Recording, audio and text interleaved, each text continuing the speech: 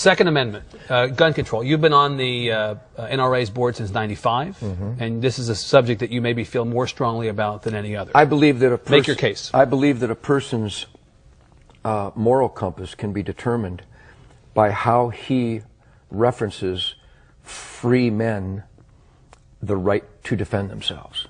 The Second Amendment is so obvious to me, it's insane that there's an argument. God gave, let's pretend there is no document. Let's pretend brave families didn't leave the tyrants and the slave drivers of Europe so that they could practice the religion of their choice, so that they could speak out without being murdered, that they could produce wool without the king's men coming and taking it from them every season of harvest. Let's pretend none of that happened. Let's just pretend this guy named Ted Nugent parachuted onto Earth and woke up one morning and saw these wonderful resources and had dreams of excellence and being the best that I could be.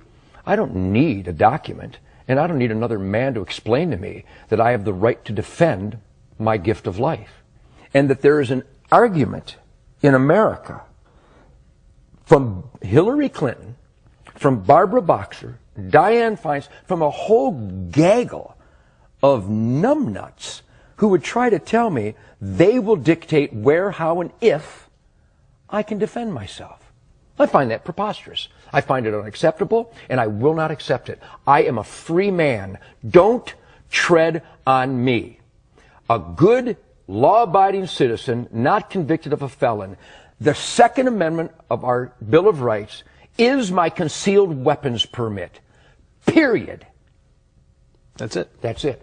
So no limitations of any kind that you No. can see? None. That's it. The limitation should be, instead of arresting people for molesting children 24 times, I would rather the dad walked into the room, found a person molesting that child, and blew his brains out.